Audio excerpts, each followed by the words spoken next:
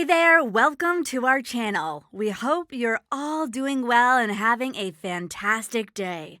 We have some breaking news that's sure to grab your attention. Josh Duggar, the former reality TV star, has recently appealed his conviction in federal court, and there's a possibility that he could go free. His legal team is aiming to secure a second trial with the hope of having Josh's conviction overturned. This is certainly a developing story, and we'll be keeping a close eye on any updates. Be sure to subscribe to our channel so you don't miss a thing. The world breathed a collective sigh of relief when Josh Duggar was sentenced to 151 months in prison in May of 2022. Millions of people hoped that would be the last we heard from Josh for the next decade or so, but that was not the case. Lawyers for the convicted predator returned to court on Thursday for a hearing before a three-judge panel of the United States Court of Appeals for the Eighth Circuit. Their goal is to obtain a retrial in order to have Josh's conviction overturned. Defense attorneys claim that federal agents violated Josh's rights. Duggar takes out his phone and physically places it to his ear to contact his legal counsel. Josh's attorney, Justin Gelfand, explained in court.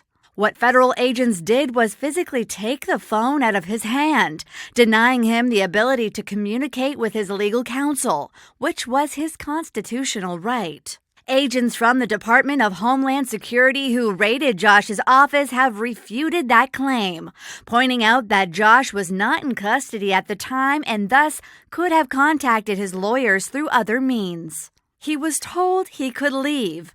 No reasonable person in this position at the time would believe that, Gelfand responded. When asked if Josh could have walked to a nearby business to use the phone, Gelfand replied, "This lot was in the middle of nowhere, accessible only by a highway with no sidewalk. There was no other options." Josh, according to the attorney, was also denied access to his car. He had no access to his vehicle because it had been searched, Gelfand said. The keys to the other cars in the parking lot were in the office. He wouldn't be allowed in unless escorted. Mr. Duggar was never arrested during the search of the used car lot. Mr. Duggar was repeatedly told he was not in custody and was free to leave, said Joshua Handel, a prosecutor's attorney. He stated that his wife was pregnant and due to give birth soon. He might have to leave to contact her. The agent said that was fine, Handel continued. Mr. Duggar did leave the scene at his leisure and without being arrested. Mr. Duggar agreed to end the interview. He wasn't arrested for another year and a half. Observers initially assumed that Josh's appeal would be dismissed, but the panel of judges appeared to find the defense's argument compelling. However, I am concerned the agent realized he was attempting to contact his counsel. That appears to be the only way he could have done so, one judge said in court on Thursday.